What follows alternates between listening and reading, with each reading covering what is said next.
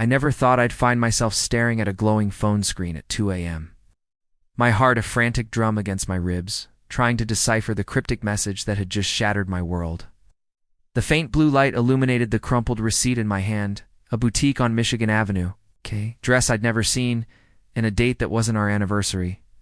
My wife Sarah was asleep beside me, her breathing soft and even, a stark contrast to the earthquake raging inside me. I scrolled through her texts, a knot tightening in my stomach with each casual, intimate exchange with a name I didn't recognize. The mystery wasn't asterisk, if asterisk she was cheating, but asterisk how deep asterisk the betrayal ran, and what I would do when I finally pulled back the curtain on her secret life. If you genuinely enjoy our stories, please subscribe to the channel, tell us where you're from, and what time it is right now. It's always fascinating to know how far our story flows. The next morning, the air in our Chicago apartment on North Lake Shore Drive felt thick with unspoken accusations. Sarah moved with an unsettling lightness, humming a tune as she made coffee, oblivious to the chasm that had opened beneath my feet. I watched her, a stranger in my own home, the woman I'd loved for 10 years now, a master of deception. The new clothes, the ones on the receipt, were nowhere to be found.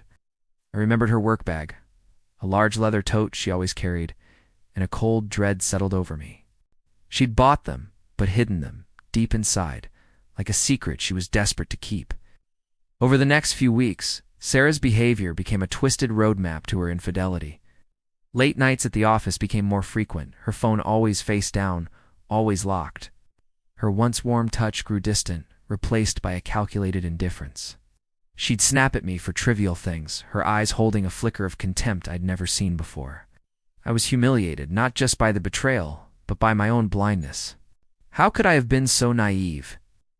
The man I was, loyal and trusting, was slowly being chipped away, replaced by a hollowed-out shell fueled by a growing, icy resolve.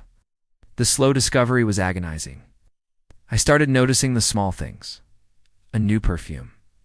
Not the one I'd bought her. A sudden interest in a new restaurant downtown, the Aviary, a place she'd previously dismissed as too trendy. One evening, while she was in the shower, her phone buzzed with a notification. It was a text from Alex. My hands trembled as I picked it up, the screen briefly illuminating a snippet. "Can't wait for our weekend in Miami, babe. Miami." My blood ran cold. We hadn't planned a trip to Miami. The wife I knew, the woman who'd promised forever, had become cold and manipulative. She'd gaslight me when I subtly questioned her whereabouts, twisting my words, making me feel like I was the paranoid one. "You're imagining things, Mark. You've been stressed lately." Her arrogance was breathtaking, her selfishness a gaping wound in my chest. She truly believed she was untouchable, that her lies were impenetrable. The affair partner, this Alex, seemed to embolden her, making her smug and careless. I imagined him, probably some slick corporate type, laughing at my expense. I hit rock bottom one Tuesday night, sitting alone in our living room, the city lights of Chicago twinkling mockingly outside our window. The humiliation, the pain, the sheer weight of her deceit crushed me. I felt a primal scream building in my throat, but it died there, choked by despair. Tears streamed down my face, silent and hot, burning away the last vestiges of the man I used to be. In that moment of utter brokenness, something shifted. The despair hardened into something else, a cold, calculated fury. I wouldn't just survive this. I would make her pay. A transformation began. I started gathering proof meticulously, secretly. I installed a small, undetectable camera in her car, pointed at the passenger seat. I hired a private investigator, a discreet woman named Elena, who operated out of a small office in the Loop, near the Willis Tower. Elena's reports were clinical, brutal. Photos of Sarah and Alex, holding hands, kissing, entering a luxury hotel on North Rush Street, receipts for expensive dinners, jewelry, and yes, those new clothes, now confirmed to be worn on her clandestine dates. I even found a burner phone hidden in a false bottom of her work bag, the very bag where she'd hidden the receipts. The messages on it were sickeningly explicit, detailing their plans for a future without me. Alex, it turned out, was a senior partner at her law firm, a man named Alexander Thorne, known for his ruthless ambition. I began setting legal and social traps. I consulted with a divorce attorney, a sharp-witted woman named Ms. Davies, whose office overlooked Millennium Park. She advised me on Illinois' divorce laws, particularly regarding marital assets and infidelity. I learned about the dissipation of assets clause and how Sarah's lavish spending on Alex could be used against her. I quietly transferred my personal savings into a separate account, secured my investments, and began documenting every single financial transaction Sarah made that wasn't for household expenses. The social trap was more intricate. I started subtly mentioning to mutual friends how busy Sarah had been, how dedicated she was to her new project at work. I planted seeds of doubt, not outright accusations, but enough to make them question her sudden unavailability. I knew Sarah valued her reputation above all else, especially within her professional circles. Her firm, a prestigious one on Wacker Drive, had a strict code of conduct. The public exposure happened on a crisp autumn evening. This was the firm's annual gala held at the Art Institute of Chicago. Sarah, radiant in a gown I'd never seen, was by Alex's side, both of them basking in the glow of their perceived success. I arrived late, feigning a busy schedule, and made my way through the crowd, a USB drive burning in my pocket.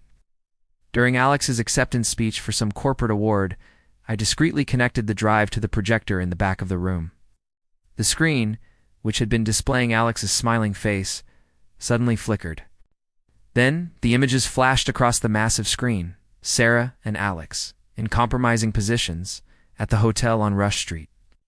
On their business trip to Miami, intimate texts from the burner phone. The room fell silent, a collective gasp rippling through the elegant crowd. Sarah's face, initially confused, contorted into a mask of horror, then pure, unadulterated rage as she realized what was happening. Alex, pale and sweating, tried to pull the plug, but it was too late. The evidence, undeniable and damning, was there for everyone to see. Her colleagues, her clients, her friends, they all saw. The fallout was swift and brutal. Sarah was fired from her firm the very next day, her reputation in tatters. The divorce proceedings were a formality, Ms. Davies systematically dismantling Sarah's claims, presenting the irrefutable evidence of her infidelity and her dissipation of marital assets. Sarah lost everything, her career, her social standing, her share of our apartment, even her car. Alex, too, faced professional repercussions and a messy divorce of his own. He was a coward, crumbling under the pressure, blaming Sarah for everything. I saw Sarah one last time months later in a small, run-down diner on the outskirts of Cicero, working as a waitress. Her once vibrant eyes were dull, her shoulders slumped. She didn't see me and I didn't approach. I simply watched her, a ghost of the woman she once was, serving lukewarm coffee to truckers. There was no triumph, no joy, just a profound, chilling emptiness. The silence in my apartment now is absolute, a vast, cold expanse where laughter once echoed. The end.